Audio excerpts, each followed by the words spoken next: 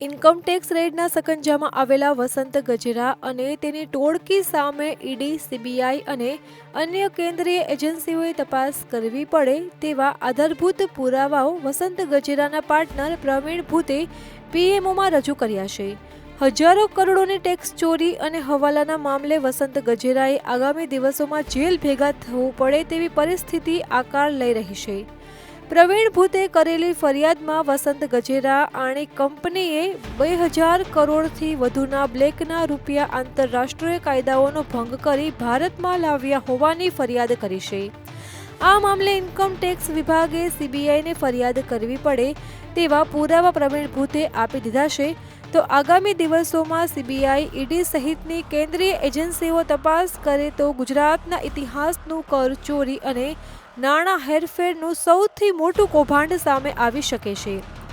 મેહુલ ચોકસી સાથે ગજેરા બંધુઓ પણ મની લોન્ડરિંગમાં સંડોવાયેલ હોવાનું પણ પીએમઓને કરવામાં આવેલી ફરિયાદમાં જણાવાયું છે.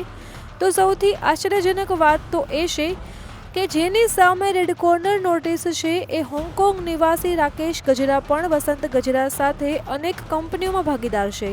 વસંત ગજેરાની કેટલીક કંપનીઓમાં ભાગેડુ મેહુલ ચોકસીના 2 નંબરી રૂપિયા રાકેશ ગજેરાના નામથી ઇન્વેસ્ટમેન્ટ તરીકે આવ્યા છે, જે ઘણી ચોંકાવનારી બાબત છે.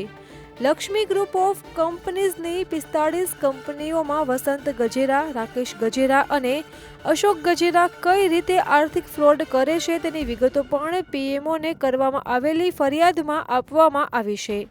અમારી તમામ માહિતીથી અપડેટેડ રહેવા માટે જોડાયેલા રહો ત્રિશુલ ન્યૂઝ સાથે.